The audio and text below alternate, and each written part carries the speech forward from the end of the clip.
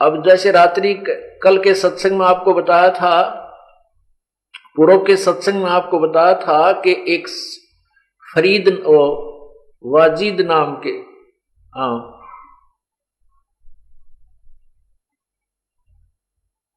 वो, हाँ, पहले सत्संग में बताया था, फरीद, शेख फरीद नाम के जो महापुरुष थे जिन्होंने कुएं में उल्टा लटक के भी तप किया 12 वर्ष तक, उनका भी मोक्ष नहीं हुआ। प्रभु ने उनको उपदेश दिया, फिर उनको अपनी शरण में लिया।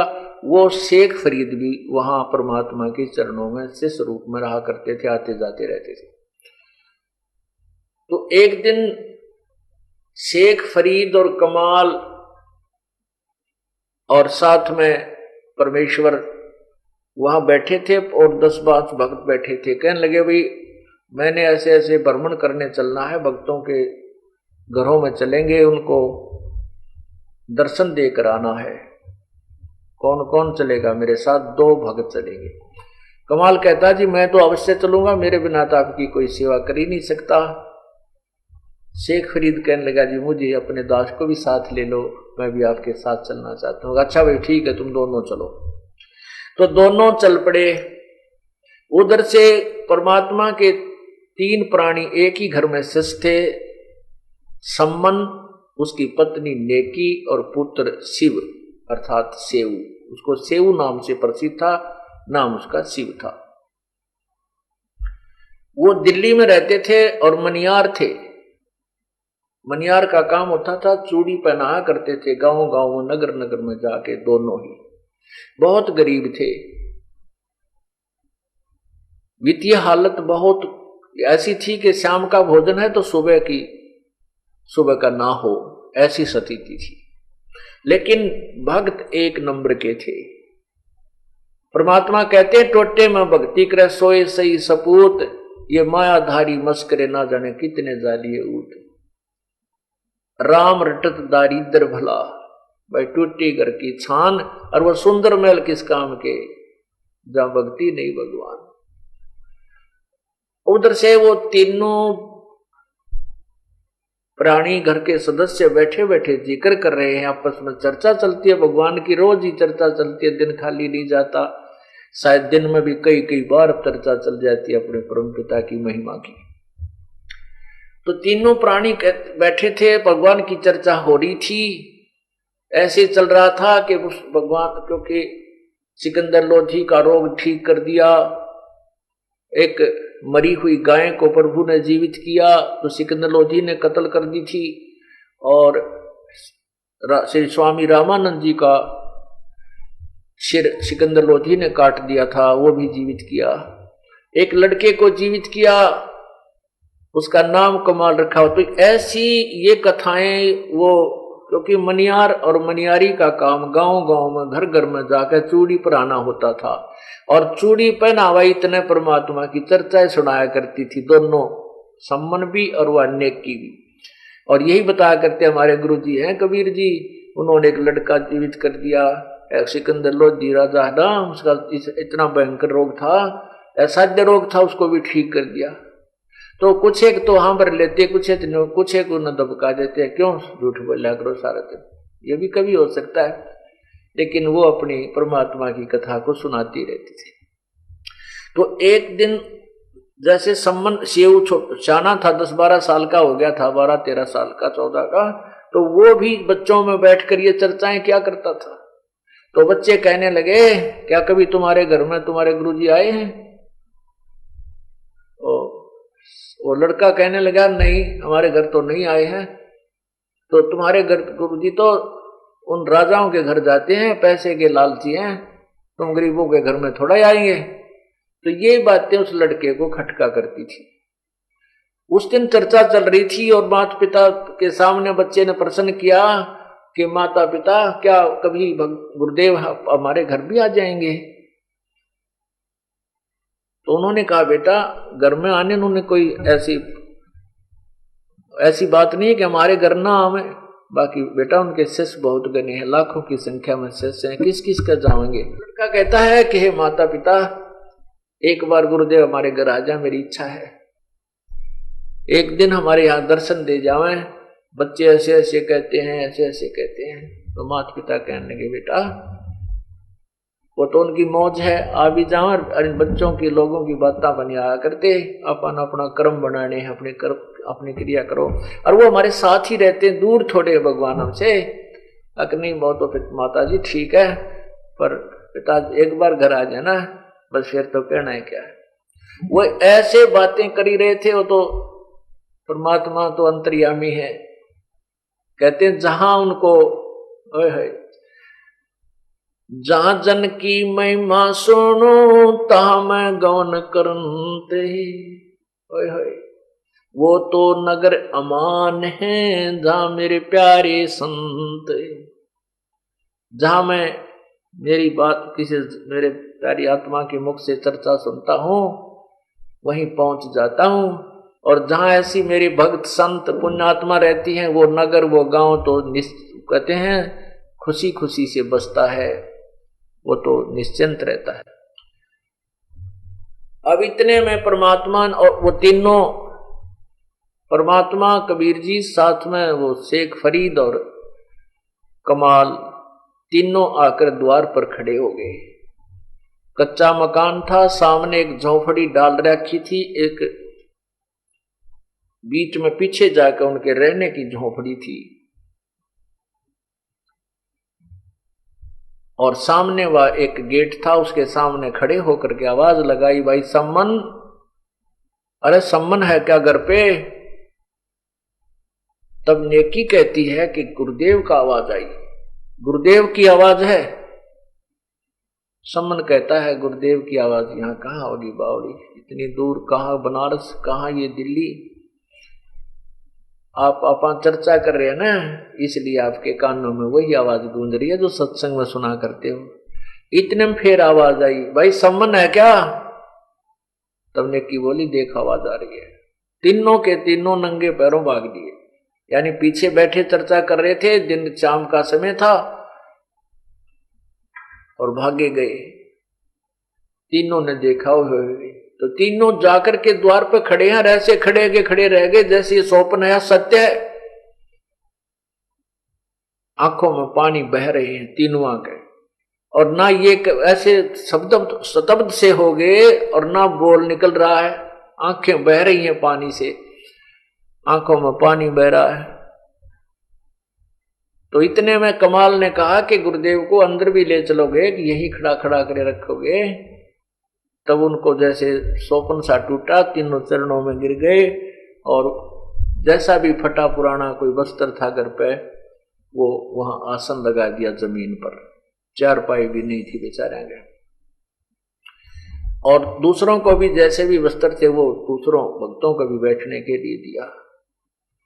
अब सम्मन तो वहां जलपान करा रहा कि ले महाराज पानी पियो, चर्चा शुरू हो गया, कैसे दर्शन दिए परमात्मा, भी तो आपको याद ही कर रहे थे, आप तो अंतर्यामी हैं परमात्मा, जैसे आप यहीं खड़े थे। अभी बच्चा आपका बेटा जिद लगा रहा था, प्रार्थना कर रहा था कि किसी प्रकार गुरुदेव हमारे घर आ जाएं, बड़ा आनंद हो। हे प्रभु आप तो सबकी सुनते हो। ऐसे चर्चा करते करते काफी समय हो गया। उधर से फिर सम्मन के मन में आई रहे, खाना पीन तो पूछा नहीं, प्रभु से कहा प्रभु जी कुछ खान पान की सुनाओ।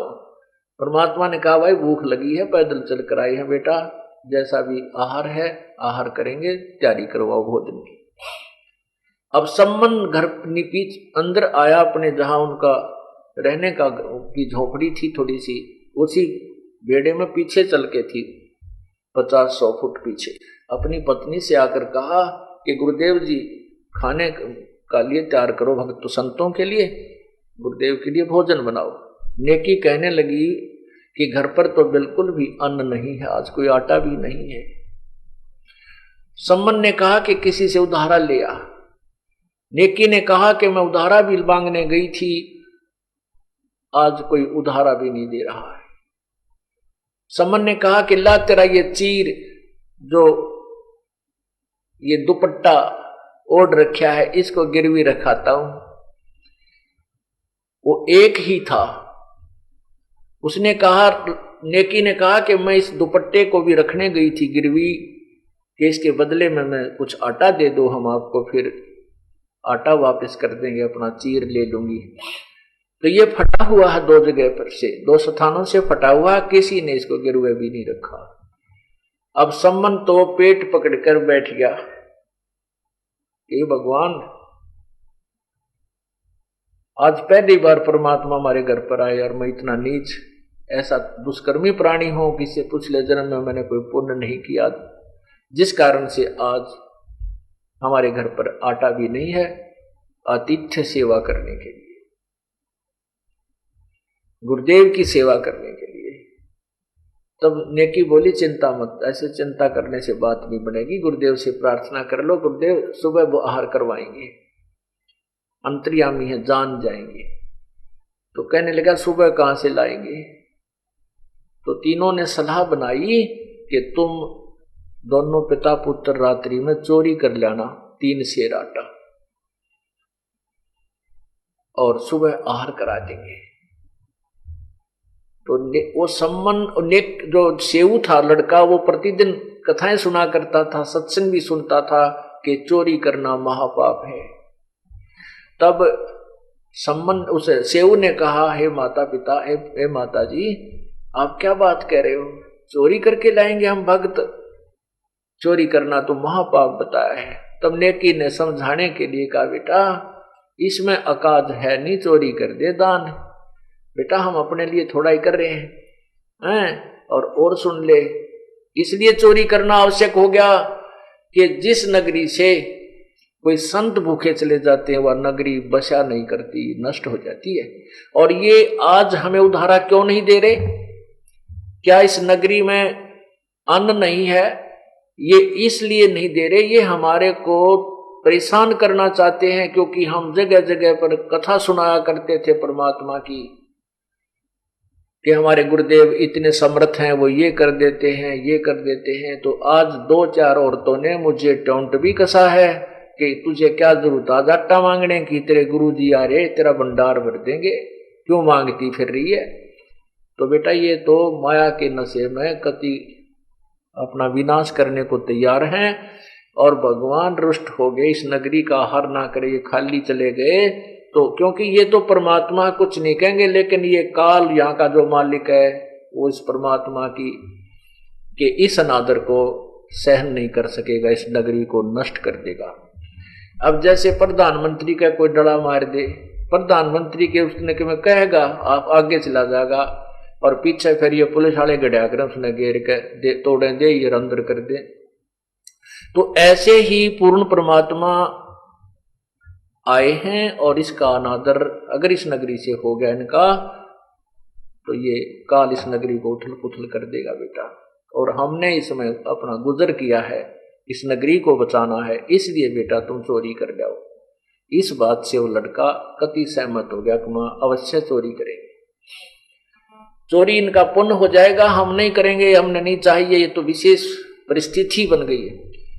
तब दोनों पिता पुत्र रात्रि के समय 12 बजे से चोरी करने चल पड़े। और एक सेठ की दुकान में सेंध लाली एक पाड़ लाया करें, गोड़ कुछ इतना रास्ता बना लिया, आदमी लेट कर उसका मुंह सिर देकर अंदर घुस जा घर में और चोरी करके वापस निकल जा। तो वहां सम्मन कहने लगा, बेटा तू बाहर खड़ा हो जा, मैं लाऊंगा अंदर से चोरी करके। तो लड़का बोला, नहीं पिताजी मैं लाऊंगा, मैं बालक हूं, यदि मैं पकड़ा भी गया तो मुझे माफ कर देंगे बालक समझ के, और आप पकड़े गए तो पिताजी आपकी गर्दन कटवा देगा। इस सेठ का राजा तक, यहाँ के नवाब तक पहुंच है। तो सम्मन कहने लगा, बेटा यदि तू पकड़ा गया और तुझे ये मारवा देगा तो मैं कहाँ मरूंगा, कहाँ जाऊंगा बेटा, मैं कैसे जीऊंगा, नहीं तू बाहर रहे। तब सम्मन सेऊ नहीं माना, नहीं पिताजी आप मेरी बात मानो, हम बच्चों को तो माफ कर दिया जाता है। अच्छा, सम्मन ने कहा, बेटा फिर ऐसे करना, केवल 3 सेर अंदाजा सा, ज्यादा मत लाना, हमने इसको छुए भी गए, केवल 3 अतिथियों के लिए लाना है, गुरुदेव के लिए और भक्तों के लिए। तो ऐसा कह के सेऊ जो है अंदर पाड़ उस सुराख के अंदर से दुकान में घुस गया, और वहां उसने वो अपनी चद्दर जो साथ ले रखी थी पुरानी सी, उसके पल्ले में बांध लिया, 3 सेर अंदाजा सा आटा बांध के और चलन लगा। तो तराजू रखी थी एक तखड़ी और तुला, उसके ऊपर अंधेरे में पैर रखा गया। वो दूसरा पलड़ा उसके ऊपर गद जैसी पड़ा, यानी जोर की आवाज हुई, वो सेठ जाग गया। और जब वो निकलने की चेष्टा करने लगा, चोर चोर चोर करके और पैर पकड़ के और उल्टा घसीट लिया। तब तक उस कपड़े को उधर से सेठ पैर पकड़ रहा, चोर चोर, और सेव कह रहा है पिताजी मैं बनिए ने पकड़ लिया हूं और ये आटा ले जाओ और गुरुदेव को भोजन करा देना। उसने वो पोटली बाहर फेंक दी और बानिये ने पकड़ के उल्टा घसीट के और वो खंबे का बांध दिया, थाम का, जो अंदर एक सपोर्ट होती थी मकाना में जैसे पिल्लर होते, उसका बांध दिया। और फिर पहचान के चाश के माचे से दीवा देवा ला के कहने लगा, अच्छा भगत बने फिरा करते, आज खुल गई थारी पोल है चोरो, वो थारे गुरु जी है ना चोरी कराना आते हैं, हमने पता था पहले ही, वो आ रहे ना जब हमने बेरा पट गया था, है उपसन भेजिए तुम चोरी करने। उतरा गजब हो। अब सम्मन उस लड़के के मन में न्यू आ गई है, परमात्मा देख गुरुदेव की सेवा तो कर नहीं सके, ये कलंक और लवा दिया, अब ये लोग उस गुरुदेव को भी दुखी करेंगे। तो इसलिए तरकीब सोची उसने। तो उसने सेव ने कहा, लाला जी क्यों गुस्से में हो रहा है, 3 सेर आटा ले गए, तेरा उल्टा दे जाएंगे कभी कमा कमू के, और देख ले जब कुछ भी चीज तेरी छेड़ी होता उन्हें है। ऐसे गुरुजी आ रहे हैं, उनका आहार कराना था, ये जरूरी था। बोला हाँ ये पता चलेगा तेना सुबह देखना, राजा के पेश करूंगा और ये ले तुम्हारे गुरुजी को। तो उस लड़के के मन में ये आ गया कि मेरे पिताजी आ जाए, मेरी गर्दन काट लेकर और लोगों का दर्द करने, और बनिया जो है डर जाएगा, यू शरीर को की तक फेंक क्या होगा, यू बताओ भी कोई ना किसी का क्या। और कहानी बन गई, मर्डर हो गया इसकी दुकान में, ये जिक्र भी नहीं करेगा। इस दृष्टिकोण से उधर से नेकी के मन में यह बात आ गई। सम्मन ने जाकर कहा, ले नेकी 3 सेर आटा ले आया हूं। नेकी ने पूछा कि पुत्र कहाँ है? सम्मन ने कहा कि वो तो बनिए ने पकड़ दिया, बांध दिया थंब का। अब नेकी के मन में वह बात आ गई, देख लोग ये कहेंगे ये चोरी करने के लिए करवाने के लिए आते हैं गुरुजी, और आहार तो करा नहीं सके, इनका कलंक और लवा देंगे और इनको भी लोग जुलूस निकालेंगे, बेइज्जती करेंगे। तो नेकी अपनी माँ अपने इकलौते पुत्र के लिए सलाह देती है अपने पति को कि जाओ वापस, और किसी बहाने लड़के की गर्दन बाहर निकलवा कर उस लड़के की गर्दन काट कर ले आना, नहीं तो बच्चे को पहचान लेंगे। अब उनको ये नहीं मालूम था कि ये बनिए ने पहचान लिया होगा, लेकिन नेकी की यह सोच थी। तो सम्मन वापस गया और कहा, आवाज लगाई, बेटा हाथ में तलवार ले रखी गर्दन काटने के लिए, आवाज लगाई, बेटा सेऊ एक बार मेरे से 2 बात कर ले बेटा, कल तो ना पता पिता पुत्र साथ रहेंगे या ना रहेंगे, ये पता नहीं, हमें कहीं दोनों को मार दिया जाए या तेरे को मार दिया जाए, 2 बात करना चाहता हूं। तो सेऊ ने कहा, लाला जी बाहर मेरे पिताजी खड़े हैं, कोई विशेष बात करना चाहते हैं, मैं 2 बात बतला लूं। अकना सेठ बोला, मैं इतना बावड़ा नहीं हूं, इतना पागल मत समझो मुझे, तू भागना चाहता है। सम्मन सेऊ ने कहा, नहीं सेठ जी मेरा पैर बांध दे थाम के, रस्सा इतना ढीला कर दे कि मैं थोड़ी सी गर्दन बाहर निकाल के गुरु अपने पिता के कान में बात बतला दूं। ज्यादा प्रार्थना करने से सेठ जी ने सोची रही सा के चोरी कर रखी है, 3 से आटा दिया है, चल कर दे पैर ढीला, पां के बांध के रस्सा और थाम का बांध लिया, इतना ढीला कर दिया कि गर्दन बाहर निकल सके उस दीवार से बाहर, सुराग से। तब सम्मन के हाथ पीछे था, छुपा रखी थी तलवार के, लड़के को पता ना लग जाए, लड़के को चिल्ला पड़े शोर ना करके, लेकिन पिता था गर्दन पे हाथ नहीं उठा, एकदम जाम हो गया हाथ, पीछे ना आगे ना आया को नहीं। तब लड़का कहता है, पिताजी एक कान में बात बताता हूं, आप कान करो मेरी तरफ। कहा बेटा बता कि यदि आप मेरे पिता हो, मैं आपका अंश हूं, तो मेरी यह बात आपने माननी पड़ेगी। कहा बोल बेटा क्या बात है? कि मेरी गर्दन काट दे पिताजी, नहीं तो बात बिगड़ जाएगी। ये सेठ कह रहा कि तुम्हें वहां तुम्हारे गुरु जी को भी पकड़वाऊंगा, तुम ये चोरी करवाने आता है, मेरी गर्दन काट दे, ये बढ़िया जागा डर और इस शरीर ने की तो बाहर डाला होगा दूर। इतना कहते ही बच्चे के मुख से यह बात हिम्मत की सुनकर पिता का हाथ जैसे करंट आ जाकर इतनी तेजी से चला और उसकी काट कर गर्दन और शीश को उठाकर घर ले गया। अब सेठ ने सोची तेरे बारे आगे कत्ल हो गया, 302 का मुकदमा तेरे पर बनेगा। वो तो कह देंगे हमारा बेटा मार दिया इसने। तो सेठ ने क्या किया, उस लड़के के पकड़ के पैर शव के बिना सीसाड़े के उठा के घसीटता और उसको पजावा था। पजावा बहुत मैदानी किलन होते हैं, वो मैदानी भट्ठे जैसे ऊंचे ऊंचे बन जाते हैं, उसमें खंडर से उस पजावे में गिरा जाकर रात में अकड़ किसका नाम लगेगा मेरे द्वार से। और अपना जो सुराख बना रखा था चोरी करने का, वो बिल्कुल लीप ल्याप के और भी काफी जगह लिप ल्याप के इसी कर दी कि अरे कोई चोरी मेरे घर से हुई ही नहीं। अब जब सम्मन लेकर के शीश को घर पहुंचा तो नेकी बोली कि वापस जा और उसी दुकान से लड़के का शव सेठ घर नहीं रखेगा, कहीं दूर फेंक आएगा जंगल में, और कोई पशु पक्षी खराब ना कर दे, जल्दी ला उठाकर उसके निशान पाओगे आपको जहां कर वो ले गया होगा, क्यों दूसरे ने भी ना बुलावे चोरी के काम में तो सेठ जी, तो वो निशान मिलेंगे वहां बच्चा पाओगा, उसको उठा लाना। ऐसा ही किया सम्मन ने, उन निशानों के साथ साथ गया तो वहां से लड़के के शव को चद्दर में छुपा कर घर लाकर कोने में रख दिया और शीश रख दिया अलमारी के ताक में, एक पार्ट में अलमारी में रख दिया।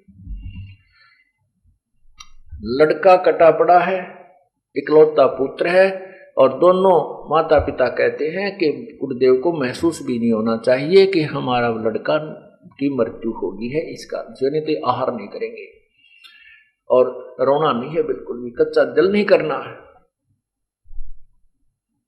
तो उसी समय इस इनकी ये सारी रात की रिहर्सल में दिन निकलना हो गया, सूर्य उदय होने वाला हो गया। नेकी ने वक्त बहुत सुबह उठे 8 तरह ये थी, नहा धो के और खाना तैयार कर दिया। और शाम को परमात्मा ने ये कहा था भाई सुबह हमने जल्दी जाना है, आहार तो सुबह करेंगे, तो भूख सी को नहीं रही। अंतर्यामी थे, उनको पता था, वो तो सब जाने थे क्या कुछ हो रहा है, लेकिन उस कमाल का सिर फिर चुका था, उसको सेट करना था परमात्मा ने, और उधर से अपने बच्चों की और कर्म बनवाने थे।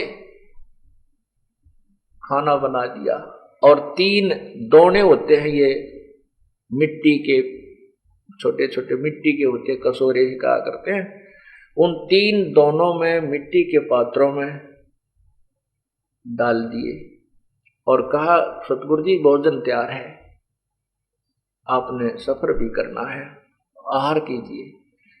तीनों का आसन अलग अलग बैठने का फर्श बिछा दिया, गुरु जी का आसन लगा दिया और 3 पात्रों में भोजन परोस दिया। सम्मन ने करबद्ध होकर कहा कि खाओ प्रभु, भोजन पर प्रसाद भोग लगाओ। परमात्मा बोले भाई हम अकेले नहीं खावे, आप भी तीनों में हमारे साथ ही आ जाओ, और जिसको 6 दोनों में 6 पात्रों में डाल लो, नारे नारे। अब नेकी सम्मन ने सोचा ये बात बिगड़ेगी या बात खुलेगी, कहने लगे नहीं गुरुजी आप खाओ, हम तो सुबह सुबह नहीं खाते हैं, देर से खाते हैं ना, भैया तो खाना ही पड़ेगा, ये तो एक प्यार का प्रसाद बनाया गया है, प्रसाद रूप में आपने लेना होगा, बैठ जाइए। अब दोनों माथे बांध कर बैठ गए, भैया तो बात अब बिगड़ेगी। अब पहले उन्होंने 5 में डाला, नहीं भाई 6 में कर, फिर उन्होंने 6 में कर दिया। तब परमात्मा ने कहा आओ सेऊ जी मिलो ये प्रसाद प्रेम, और बेटा शीश कटाकर चोरों के संतों के नितक सेम, संतों की तो रक्षा हुआ करती है। इतना ही कहा था कि सम्मन के उस सेऊ के सिर पे वो धड़ पे सिर अपने आप लग के और से वो लड़का बाहर आकर पंगत में बैठ गया। बोलो सतगुरुदेव की जय। ओए होए।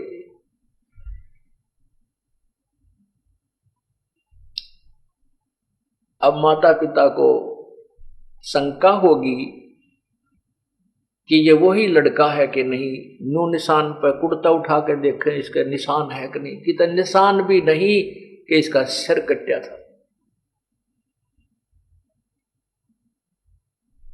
अब क्या कहते हैं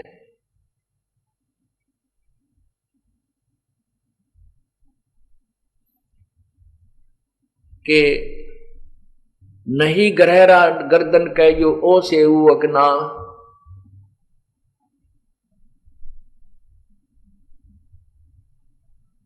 अब पुण्यात्माओं इस परमात्मा की महिमा से हम लोग परिचित नहीं थे। वही प्रमाण ले लीजिए कि ताम्र ध्वज को जीवित किया मोर ध्वज के लड़के को, और इस परमात्मा ने जीवित किया उस सम्मन के पुत्र सेऊ को। ये तो पैरेलल जो है ना, एक जैसा ही उसके समांतर उदाहरण समझो। फिर ये भगवान क्यों नहीं माना? क्योंकि ये जुल्हे के घर में आ गए थे। अगर ये श्री कृष्ण जी और श्री रामचंद्र जी की तरह किसी राजा के जन्म ले लेते और 5-7 तान गढ़ देते तो ये आपका प्रभु मान लिए जाते। श्री कृष्ण जी ने शिशुपाल मारा, चानूर मारा, कंस मार दिया, जरासंध मारा है, तो इसलिए वो भगवान मान लिए। ठीक है, वो भी प्रभु हैं, लेकिन ये भगवान मारने वाले नहीं, केवल जीवित करने वाले हैं। ये सुख देने वाले हैं, दुख देने वाले नहीं है। जैसे गीता जी अध्याय नंबर 15 के श्लोक 17 में कहा कि उत्तम पुरुष तु अन्य परमात्मा इति उदारते। परमात्मा उसे कहते हैं जो केवल सुख दे दुख ना दे। इसको भगवान, ये है परमात्मा की जो है वास्तविक संज्ञा। ये भी भगवान है। कसाई जैसे बकरे पालता है वो भी उनका मालिक है, वो स्वार्थवश पाल रहा है, उनको सेवा भी करता है, उनको सारा आहार भी खिलाता है, सुरक्षा भी करता है, लेकिन उसका स्वार्थ कुछ और ही है, वो भी मालिक है। और ये परमात्मा वास्तव में ये परमात्मा है, ये दुख नहीं देता, सुख ही सुख देता है। सतलोक में जाने के बाद किसी की मृत्यु नहीं होती। इसके राज्य में, इसके लोक में कोई मृत्यु को प्राप्त नहीं होता। वहां कोई कष्ट नहीं, कोई राग नहीं, कोई द्वेष नहीं, किसी चीज का अभाव नहीं। अब कमाल से परमात्मा ने कहा कि कमाल देखा भाई श्रद्धा तूने, कमाल तो शुक्र गया कति ने बुलाए भगवान, हम तपास सिंह भी कोई नैन भगता की कुर्बानी के। तो बेटा बड़े बोल नहीं बोलने चाहिए, तू क्या कहता कि मेरे जैसा समर्पण किसी का नहीं है। अब आपको परमात्मा की महिमा सुनाते हैं। परमात्मा कबीर गरीबदास साहिब जी की अमृतवाणी में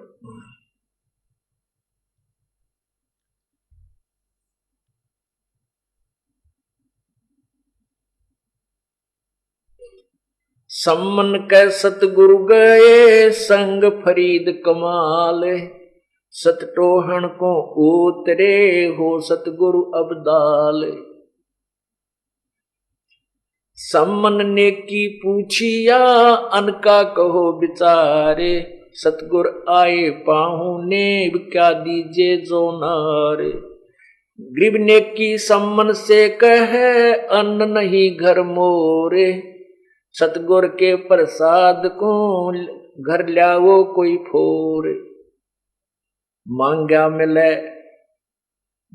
मिले ना कोई कर्ज दे, आन बनी बहु भीरी। कहने की क्या कीजिए है, ला धरूं तुम्हारा चीर। गरीब धरने लायक चीर कित ये पाट्या पट्टल मोहे, सम्मन से नेकी करे चोरी जाओ तो हे। पुण्यात्माओं ये सवसम वेद है जो कबीर परमात्मा की महिमा कबीर परमेश्वर ने आदरणीय गरीबदास साहिब जी को ये ज्ञान अपनी शक्ति से इनमें फीड कर दिया, जैसे कंप्यूटर टू कंप्यूटर और मोबाइल टू मोबाइल संदेश जो है ना फैक्स कर दिए जाते हैं, ऐसे ये तत्व ज्ञान अपनी महिमा का उस प्यारी आत्मा गरीबदास जी की आत्मा में कबीर परमेश्वर ने स्वयं ही उसमें उसको फैक्स कर रखा था। वो गरीबदास जी अब बोल रहे हैं। कहते हैं ये समझो सवसम वेद है, ये लिखा सिंपल लैंग्वेज में है, अपनी साधारण भाषा में, और यही संस्कृत में होता तो ये जटिल वेद बन जाता, कोई समझता नहीं कोई कुछ। तो ये दोहे जो हैं ये उस संस्कृत में लिखे वेदों से भी ज्यादा जटिल हैं, इनके सारांश को समझना ये बालकों का खेल नहीं है। इसलिए इस दास को परमात्मा ने वही बुद्धि दी है, ज्ञान वाली आँखें दे दी है परमात्मा ने। इसलिए उस परमेश्वर की महिमा ये दास इन दोहों को सुलझाकर समझाकर आपके समक्ष पेश कर रहा है, और ये कोड वर्डों में और एक पद्य भाग में, ये पद्य भाग में। सेव धरने लायक चीर कित पाट्या पटल मोहे, सम्मन से नेकी कहे चोरी जाओ तो ही। ये पटा हुआ शरीर है, इसकी किसी के गिरवी रखने योग्य भी नहीं है, तुम चोरी कर लाओ। तो सेव कहता, सेव गरीब सेव माता से कहे चोरी खट्टा खाही, माल बिराना मुसहरे जिनके सर्वस जाही।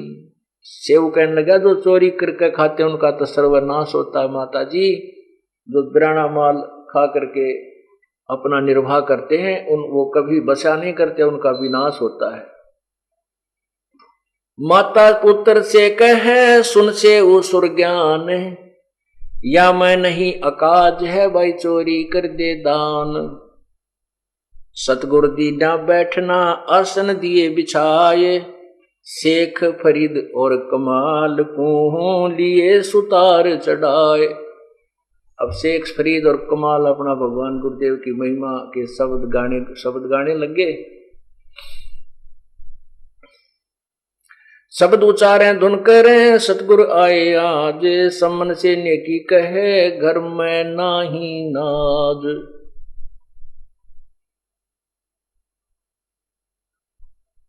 अर्धरात चोरी चले सेऊ सम्मन साथ, अर्धरात रात्रि आधी रात को, अर्धरात चोरी चले सेऊ सम्मन साथ, कुंभल दीना जाय कर नाज लग्या ता हाथ।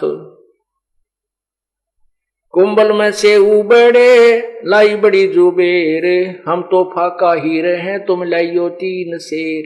सम्मन आवाज लगा रहा, बेटा तू गणी का बहुत देर लगा दी, केवल 3 शेर लाना, ज्यादा नहीं लाना। 3 शेर अन बांधे करे पहले दिया चलाए, पीछे बनिया पकड़िया पीछे बनिया जागिया सेऊ पकड़ा आए। चोर चोर बनिया करे सेऊ पकड़ी मोने, चुप हो गया सेऊ। अठाडों का ही बोल है 3 शेर लिया चून। सेऊ बोला लाला जी क्यों गुना ठाडो बोल रहा है, 3 शेर आटा तो लिया है, क्यों रोला मचा रहा है।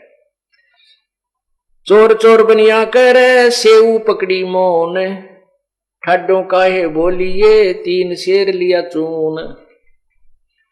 बनिए रस्सा घाल कर दिया खंभ से बांध, सम्मन डेर ले गया नेकी रोटी छांद। गरीब कर लिया एक हाथ में उल्टे चले समन ने, सेऊ टुक बतला ले भाई सुनना पड़ा भवन ने। बेटे तेरे बिना हमारा तो महल सुना है, खाली पड़ा है, 2 बात करनी है तेरे हाथ में तलवार लेकर जगया। बनिया से सेऊ कहे बार हमारा बाप, झूठी साख न बोले हूँ शीश चढ़े मोय पाप। खंबा से पग बांध दे बाहर काटो शीश, 2 बात बतला लूं यो साक्षी है जगदीश। तो सम्मन कहता पिता शीश सिर काट ले सन्मुख कर चलाए, ताक बीज धर दीजिए बनिया पकड़े पाए।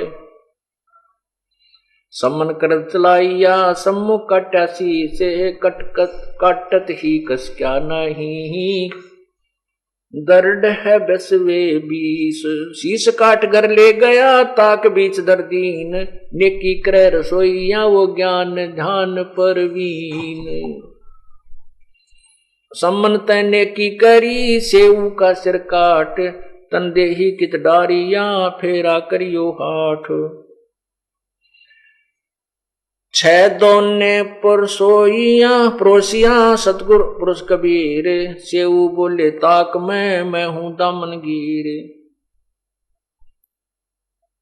आओ सेऊ जी मिलो ये प्रसाद प्रेम, शीश कटत हैं चोरों के साधों के नितकसेम। सेऊ धड़ पर शीश चढ़ा वो बैठा पंगत माही, नहीं गरेरा गर्दन में यो ओ सेऊ अकनाही। 56 भोग करे धनी बहे समन के ठाठ, कह कबीर कमाल से है चलो फरीदाबाद। बोले कबीर परमात्मा चलो अपना चलते बनो, देख लिया तुमने इनका कैसे कैसे संत भक्त किसे कहते हैं। और परमात्मा ने आशीर्वाद दे दिया, बेटा तुमने जो कुर्बानी की है और इससे कारण आपकी मौज हो जाएगी, आशीर्वाद मालिक। अब कैसे दया करी दाता ने, उनके घर के नीचे अपनी शब्द शक्ति से एक बहुत बड़ा खजाना भर दिया जमीन में। महीने 2 महीने के बाद उनके मन में प्रेरणा की, कुछ चूड़ी चाड़ी बेचने का काम ठीक चल पड़ा, 100-200 रुपये हो गए। उन्हें सोची अरे ये कुदरती हो, हम व्यक्ति के पास पैसे हुए ना, मकान बनाने लग गया करो, वो मकान में जरूर लाया करे, पैसा होते ही मकान बनाने की चेष्टा करता। तो उसने उन्हें सोची कि एक या झोपड़ी सी टूट गई ना, ठीक कर लें और बढ़िया सा मकान बना लें थोड़ा ठीक सा। वो नीचे जमीन खोदने लगे तो वहां खजाना हाथ लग गया। परमात्मा ने स्वप्न में उनको दर्शन दिए कि इसको उजागर नहीं करना, अपना विधि से इसका धीरे धीरे कोई बिजनेस व्यापार का बहाना करके तुम इसको ऊपर उठना। कहने का भाव यह है कि वही सम्मान पूरी दिल्ली में 1 नंबर का सेठ को कहलाया उसी जीवन में, जबकि समय पर टूक भी नहीं था। क्या कहते हैं, सत मत छोड़े सूरमा सत छोड़े पतजा, और सत के बांधे लक्ष्मी या फेर मिलेगी या। द्वार धनी के पड़ा रहे और धक्के धनी के खा, और 100 काल धक जोल ही पर द्वार छोड़ नहीं जा। फिर देख परमात्मा कहे, फिर देखना मेरे हाथ, फिर देखना मेरा कमाल। अगर तू डटा रहा, दिल डांट लिया, तेरे मेरे शरणों में पड़ा रहा, एक दिन तेरी सर्व मनोकामना पूर्ण कर दूंगा। और तू बीच में डगमग होकर काल के जाल में चला गया, फिर भाई मेरे हाथ से बाहर चली जाएगी बात, फिर तू काल के ही जाल में रहेगा। अब पुण्यात्माओं क्या होता है, सम्मन सेऊ और नेकी दोनों माँ बेटिया के तो पक्की जचगी, अकमोक्ष ही कराना। ये संसार में कितनी बार जन्म लिए, कितनी बार मर लिए, ये बिरान माटी असंख्य बार बोली। दोनों माँ बेटिया ने तो डट के भक्ति की, वो तो अपने सतगुरु लोक में चले गए। और सम्मन पिता था, मुखिया था घर का, उसके मन में यू खोट रह गया, क्योंकि इकलौता पुत्र अपने हाथ से काटा बाप हंसी खेल नहीं है। तब तो उमंग थी, कोई सर्कमस्टांस मालिक ने बनाए उनके भाग बनवाने के लिए। करे कराव साइया मन में लहर उठा, दादू सदर जीव के आप बगल हो जा, तो उसका इतना कर्म बनवा दिए। तो सम्मन के मन में न्यू रहेगी, ये भगवान जब मेरे दौर धन होता, मुझे बेटा नहीं काटना पड़ता। अब के मैं अब के बार मेरा मतलब मेरे पास धन होता तो मैं ये नहीं करना। उसके मन में भक्ति कम और ये कल्पना ज्यादा रही, इसलिए वो पार नहीं हो सका। उसी कुर्बानी के कारण, उसी सेवा और भक्ति के कारण अगले जन्म में 9 शेरवां का बादशाह बना, 9 शेरवां शहर का। वहां भी परमात्मा गेल पहुंच गए, वहां भी उसकी अज्ञानता को दूर किया, निरोधन दे रखा। क्यों, पहले जन्म की कमाई उसने तो दान धर्म अपना कर रखा था, बेटे तक काट दिया था, और घर में कुछ भी नहीं था तो भी चोरी करके मालिक की सेवा करनी चाहिए थी। ये सब कुछ को का जो क्रेडिट है ये बहुत जबरदस्त होता है। कहते नुक्ते ऊपर रिझ जाएगा रे कोट कर्म जल जा तुम्हारे, ये नुक्ता बन गया उनका कि उन्होंने अपने लिए बेटा भी काट दिया परमात्मा की सेवा के लिए। तो ये करोड़ रुपयों का दान, लाख अरब का दान कर दे तो भी थोड़ा है उसके सामने जो उन्होंने दान किया। कुर्बानी बोलते हैं जैसे ही फिर ये बकरियां की कुर्बानी करने लग गए तेरे की। हजरत मोहम्मद जी का जो पिताजी थे, दादाजी थे, उन्होंने ये परमात्मा से अर्ज की थी यदि आप मुझे 10 पुत्र दे दो जो मेरे धंधे में सहयोगी हो जाए तो मैं 1 पुत्र की कुर्बानी आपको दूंगा। परमात्मा अल्लाह ने उसके 10 पुत्र दे दिए। तो 10वां पुत्र हजरत मोहम्मद जी के पिताजी थे। 10 पुत्रों में से सबसे छोटे वो थे।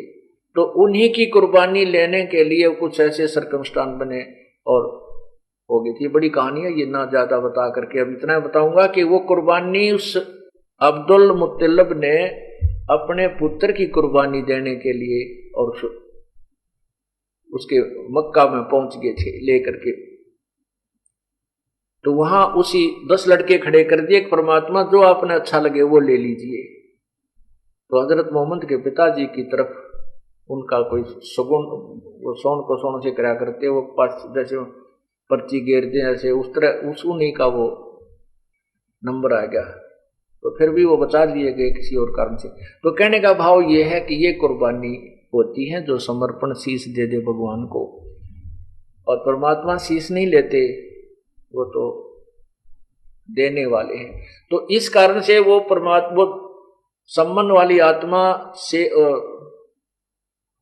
9 शेरवा का बादशाह बनी और वहां इतना धन दे दिया, 80 गंज, 80 खजाने, खरबों खरबों के बड़े बड़े, और दान चवन्नी करे नहीं, कंजूस बन बैठा। ऐसा दयालु है भगवान। वहां जाकर फिर उसकी भाग बनवाए, वो दान करवाया, उसको उपदेश दिया, उसकी भक्ति बनवाई, वो फिर भी मन में न्यू रहेगी। अगर मैंने एक संत के कहने थे किसी गलती कर दी, सारा धन खजाना लुटा दिया, मैं भी अच्छा नालायक हूँ, थोड़े बहुत कर देता, बाकी घोड़े खरीदूं हो, घने ब्याह करवाऊं हो, मकान बनाऊं हो, न्यू कर लो, वो शो बकवाद मन में छा गई। वो फिर मर गया। वो आशा जहां आशा ता बासा होई, मन कर्म वचन सुमरियो सोई। वो फिर बलख बुखारे में बलख शहर का राजा बना, वहां जन्म हो गया। वहां फिर पहुंचे परमात्मा अपनी प्यारी आत्मा के साथ साथ। कहते हैं गेल गेल लाग्या फरू जब लग धरती आकाश, जो जन हमारी शरण है ताका हूं मैं दास। अपुण्यात्मा ये तत्व ज्ञान है। इसको समझने के लिए आपको थोड़ा समय चाहिए। आपको चाहिए कि सत्संग रूपी लेक्चर अर्थात ये पीरियड अटेंड करने चाहिए ज्यादा से ज्यादा। और यहां अब तो और परमात्मा ने इसी मेहर कर दी कि ये वैज्ञानिक जो उपकरण है ये अपने काम आवेंगे परमात्मा की महिमा सुनने और सुनाने के।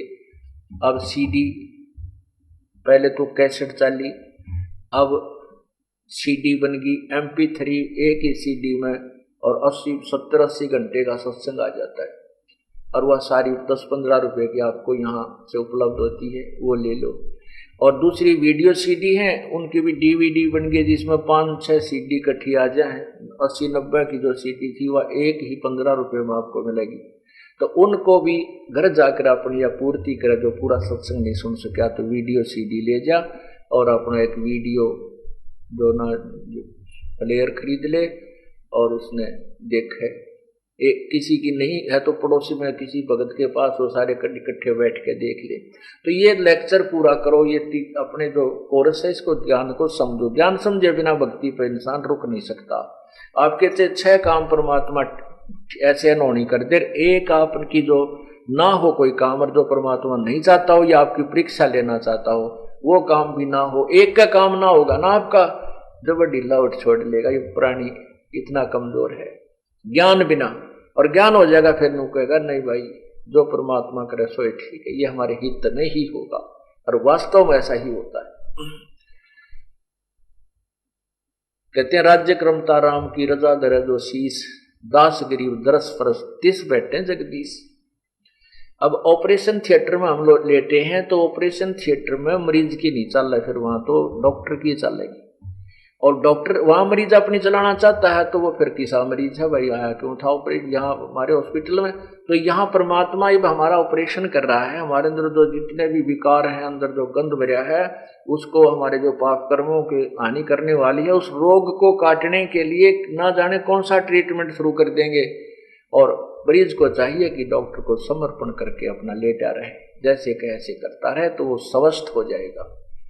इसी प्रकार जन्म मरण के रोग को कटवाने के हॉस्पिटल में आपने प्रवेश पा लिया है, आप अपनी मत चलाइयो, परमात्मा ने करने दो।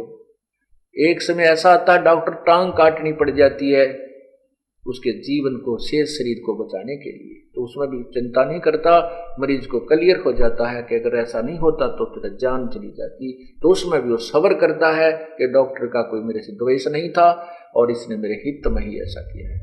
तो पुण्यात्माओं, आपको बहुत गहनता से इस ज्ञान को ग्रहण करना होगा, तभी आप यहाँ से मोक्ष प्राप्त करने योग्य होगे और इस नाम पर खड़े रह सकोगे।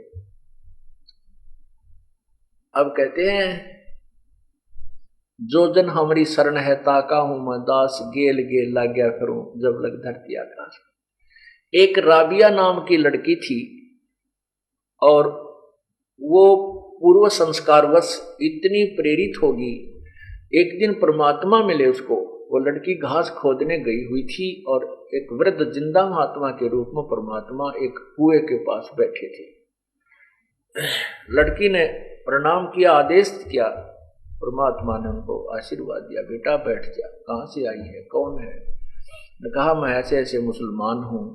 और साधु संतों में बहुत लगाव था क्योंकि आत्मा परमात्मा को ढूंढती है और सबको ये भी कहा करते थे कि परमात्मा पता नहीं किस वेश में मिल जावे, इसलिए साधु संतों का आदर बहुत किया करते थे। तो लड़की ने विचार सुने, परमात्मा ने कहा बेटी जो साधना तू कर रही है ये मोक्ष की नहीं है। बहुत ज्ञान दिया। लड़की 1 हफ्ता 10 दिन तक लगातार घास लेने जावे और घंटा 2 घंटा उस परमात्मा की विचार सुने, ऐसी रंगी और वो उपदेश ले लिया। परमात्मा वहां से चले गए कुछ दिनों के बाद। अब लड़की ने 4 वर्ष वो साधना की जो गुरुदेव ने बताई थी और अपने माता पिता से कह दिया कि मैं विवाह नहीं कराऊंगी, मैं तो अपना कल्याण करवाऊंगी। अब माता पिता के को एक बहुत बड़ा बोझ बन गया कि जवान लड़की को घर पे हम कैसे रखेंगे। इस चिंता में उन्हें खाना पीना भी त्याग दिया, बुरा हाल कर लिया। बेटी तू हमारी इज्जत की गाक मत बने, तू शादी करवा ले। लड़की ने देखा कि माता पिता तो बहुत ज्यादा ही परेशान हो गए हैं, तो मन में संकल्प कर लिया कि ठीक है माता पिता से मैं शादी करवाने की हाँ भर लेती हूँ, लेकिन आगे जाके अपने पति से कह दूंगी स्पष्ट, अगर वो नहीं मानेगा तो मैं अपनी सुसाइड कर लूंगी। यहां तक संकल्प करके उसने अपने माता पिता से शादी की स्वीकृति दे दी। माता पिता ने उनका विवाह किया, नकाह हुआ। नकाह के अंदर क्या होता है कि वहां परमात्मा को, अल्लाह को साक्षी रख के और काजी पूछता है कि बेटी तू अपनी मर्जी से शादी करना चाहती है या तेरे पर कोई दबाव है? तो लड़की को कहना पड़ता है कि मैं अपनी सब इच्छा से विवाह कर रही हूँ, मेरे ऊपर कोई दबाव नहीं। तो लड़की ने सारा कुछ किया, कहा, सुना और फिर शादी करवा ली। जब उसके पति के घर पहुंच गई ससुराल में, उसने अपने पति से कहा कि मैं आपसे एक बात करना चाहती हूँ और आप कृपा मेरी अर्ज को स्वीकार कीजिए।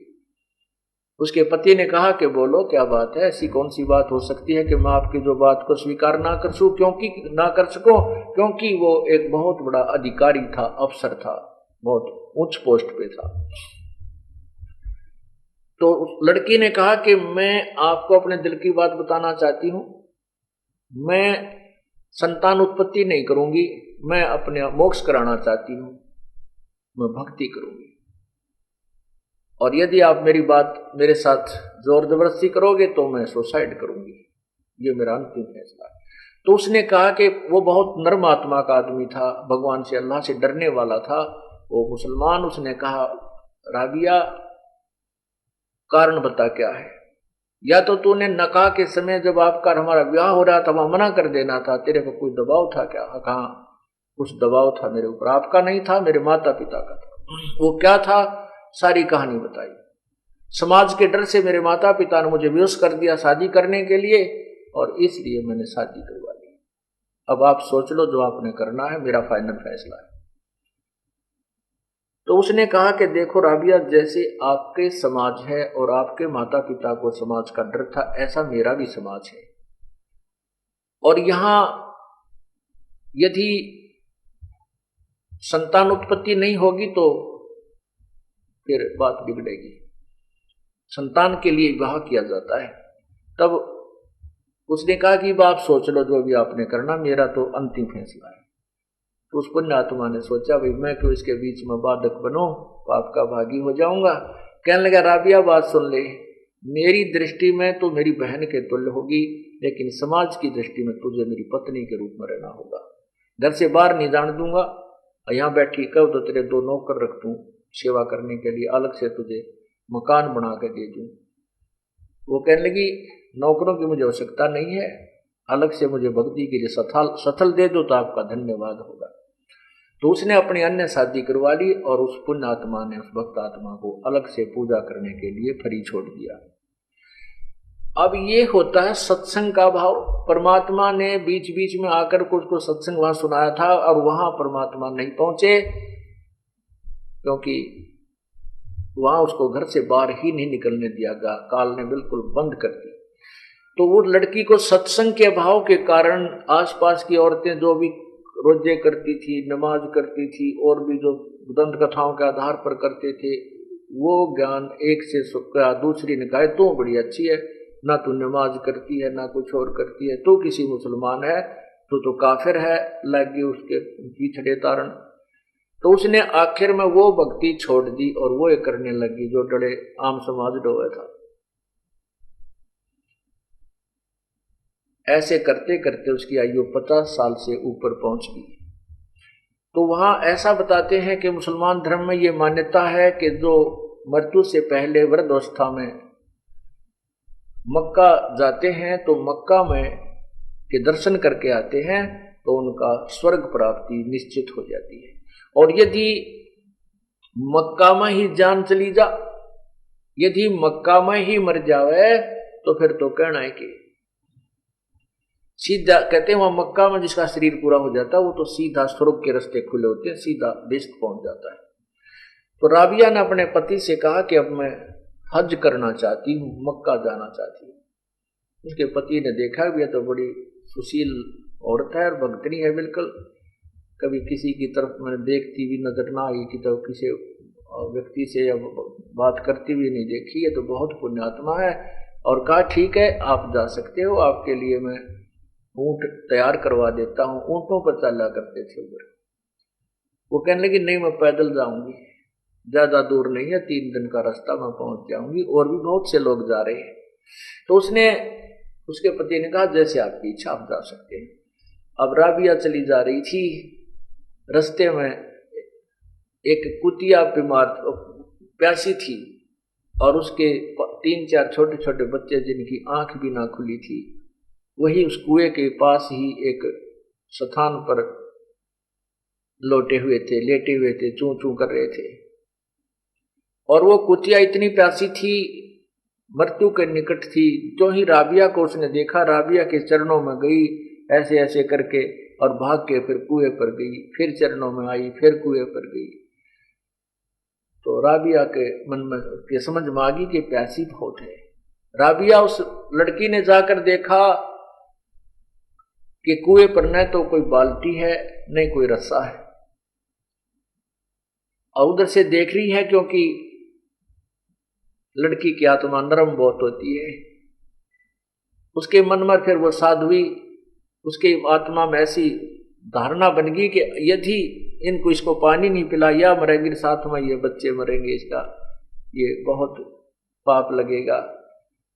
उसने क्या किया कि आओ देखा ना ताओ देखा ना, आसपास कोई गांव नजर आ रहा था, अपने लंबे लंबे बाल थे वह ऐसे पकड़ पकड़ के पाड़े, सारे बाल में जितने पाड़ के और नीचे डालती रही, और फिर उनकी रस्सी बनाई लंबी, और उसके अपने कपड़े काट के और बांध के, पहले सूती कपड़े उनमें पानी ज्यादा सोख कर लेते थे, वो कुएं में डाला और बाहर एक गड्ढा टूटा हुआ आधा गड्ढा पड़ा था, उसमें वो कपड़े निचोड़ दिए।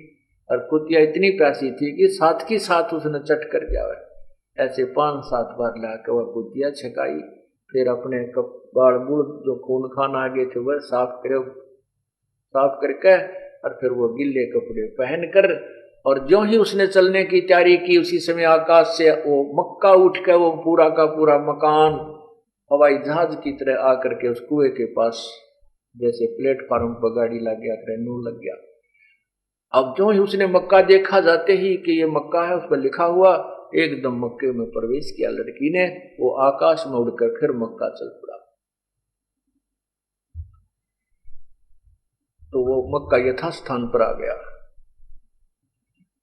तो उस समय इस लीला के कारण राबिया की महिमा पूरे मुसलमान समाज में बन गई कि भक्ति हो तो राबी जैसी, भाई भक्ति हो तो रब्बी जैसी, कि इसके लिए मक्का भी उठकर 3 मंजिल यानी 60 किलोमीटर लगभग 60 मील, 20 मील की एक मंजिल होती है, तो 60 मील उड़ कर हवाई जहाज की तरह वो मंदिर वो मक्का उड़ कर चला गया और रबिया उसमें बैठ कर आई। आप पुण्यात्माओं, ये सार ज्ञान आपको बताया जाएगा। अंत इसका क्या होगा, क्या निर्णय होगा, इसको सार ज्ञान कहते हैं। अब जिस कारण से लोग उसकी महिमा गाते रहे कि भक्ति हो तो राबी जैसी, भक्ति हो तो राबी जैसी, आगे उस राबी गिला के बनी। वही राबी वाली आत्मा अगले जन्म में एक बनसुरी नाम की लड़की का जन्म हुआ, बनसुरी नाम की। और इतनी भक्तनी थी क्योंकि वो 4 साल की जो भक्ति परमात्मा के शरण में उस लड़की ने यथार्थ भक्ति की थी, फिर वो त्याग दी थी, गुरुद्रोही नहीं बनी थी। उस सर्कमस्टांस ऐसे हो गए थे, उसको ज्ञान नहीं, सत्संग सुनने को नहीं मिला। तो वही 4 वर्ष की जो भक्ति थी, उसमें वो भक्ति के कारण ही उसको ये चमत्कार और ये लीलाएं और ऐसे ऐसे जन्म मनुष्य के प्राप्त होते जा रहे थे। और वो सोच रहे होते हैं कि जो क्रियाएं वर्तमान में हम करें शास्त्र तो दिन से हमें लाभ हो रहा है। नहीं, गीता जी अध्याय नंबर 16 के मंत्र 23 में कहा कि शास्त्र विधि को त्याग कर जो मनमानी पूजाएं करते हैं, न तो उनके कोई कार्य सिद्ध होता, ना उनकी गति होती है, ना उनको कोई सुख होता है, अर्थात यूजलेस। अब पूर्व जन्म की वह साधना जो परमात्मा के संग में की थी, तो वह बनसुरी नाम की एक लड़की बनी। और उसने ये सुना ज्ञान के यदि मक्के में शरीर पूरा हो जाए, मृत्यु हो जाए, तो कहते हैं सीधा स्वर्ग जाता है। बनसुरी ने जब वो 50-60 साल की होगी तो वहां जा करके मक्का में अपनी गर्दन आप पर काट दी, शीश चढ़ा दिया मक्का में। और वहां के उस दंत कथा लोक वेद के कहने वाले लोगों ने, वहां के पुजारियों ने कह दिया भाई पराबिया तो वह बनसुरी तो गई स्वर्ग में, गई सीधी स्वर्ग में, क्योंकि मक्के में मृत्यु होगी। अब वही राबिया वाली आत्मा बनसुरी बनी, बंसुरी वाली आत्मा फिर एक वैश्या बनी। वही आपने जैन धर्म के 24वें तीर्थकर श्री भगवान महावीर की लीला देखी। उसमें लिखा कि 60 लाख बार तो वो वैसा बना, 60 करोड़ बार गधा, 30 करोड़ बार कुत्ता, 20 करोड़ बार बिल्ली, और फिर देवता भी बना, फिर 84 लाख ही होगी। अब फिर वो वैसा बनी, वैसा का शरीर पूरा करके उसका फिर केवल एक 12-13 वर्ष की आयु का मनुष्य जीवन शेष बचा था। वो शेख तकी सिकंदर लोधी का जो धार्मिक वीर था, उसके घर लड़की का जन्म हुआ और 12 वर्ष की होकर वह लड़की मृत्यु को प्राप्त हो गई। उसको कब्र में दबा दिया गया, कब्र में उसका अंतिम संस्कार कर दिया गया, जा चुका था। उधर से कबीर परमात्मा सिकंदर लोधी के साथ काशी पहुंच गए थे। अब पुण्यात्माओं, परमात्मा की वचन एक भी खाली नहीं है कि जो जन हमारी शरण है ताका हूं मैं दास, और गेल गेला गया फिरो, जैसे जब तक धरती आकाश।